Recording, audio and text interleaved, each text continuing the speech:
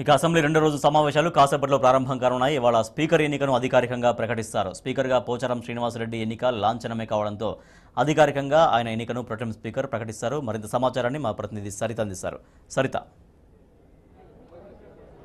Rajesh, assembly రెండవ రోజు సమావేశాలు 11 గంటలకి ప్రారంభం కాబోతున్నాయి. ఒక్కొక్కరిగా ఎమ్మెల్యేలందరూ కూడా అసెంబ్లీకి చేరుకుంటున్నారు. నిన్న స్పీకర్ ఎన్నికకి సంబంధించినటువంటి నోటిఫికేషన్ విడుదల చేయడం జరిగింది, ఉదయం నుంచి సాయంత్రం 5 గంటల వరకు కూడా. కానీ నిన్న సాయంత్రం 5 గంటల వరకు కూడా వచ్చినటువంటి నామినేషన్ల సంఖ్య ఒకటే ఉంది. పోచారం శ్రీనివాసరెడ్డి మాత్రమే ఒక నామినేషన్ని దాఖలు చేయడం జరిగింది. కాబట్టి ఈరోజు స్పీకర్ ఎన్నికకి సంబంధించినటువంటి ఇన్ఫర్మేషన్ని ప్రొటెం స్పీకర్ అనౌన్స్ చేస్తారు సభలో. ఒకటే నామినేషన్ రావడంతో ఆయన ఎన్నిక ఇక ఏకగ్రీవమే కాబోతోంది. పోచారం శ్రీనివాసరెడ్డి స్పీకర్గా ఎన్నికయ్యారు అని ప్రొటెం స్పీకర్ సభ ప్రారంభం కాగానే అనౌన్స్ చేస్తారు.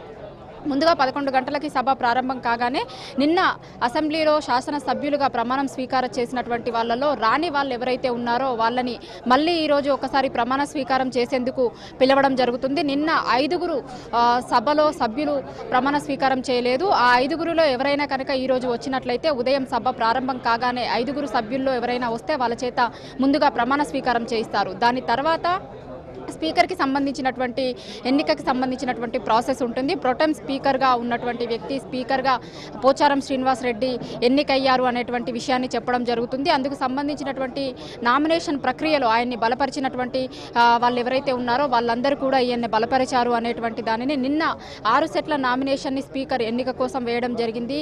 మొదటి సెట్కి వేసినటువంటి దానితో బలపరిచినటువంటి వాళ్ళు సీఎం కేసీఆర్ ఉండడం జరిగింది. అదేవిధంగా బలాల, బట్టి విక్రమార్క, రేఖానాయక్, తలసాని శ్రీనివాస్ యాదవ్, అబ్రహాం 6గురు కూడా 6 సెట్ల నామినేషన్లలో స్పీకర్ పోచారం శ్రీనివాసరెడ్డిని బలపరుస్తూ 6 సెట్ల నామినేషన్లు వేయడం జరిగింది.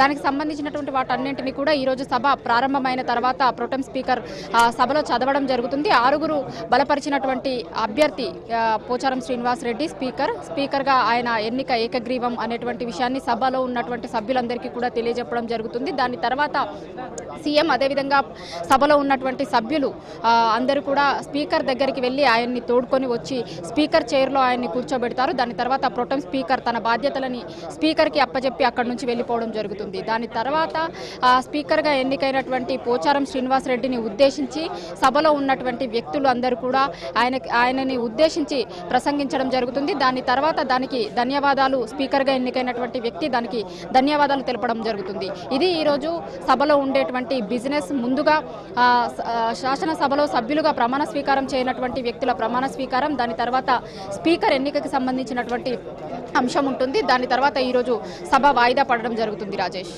Right, thank you Saritha.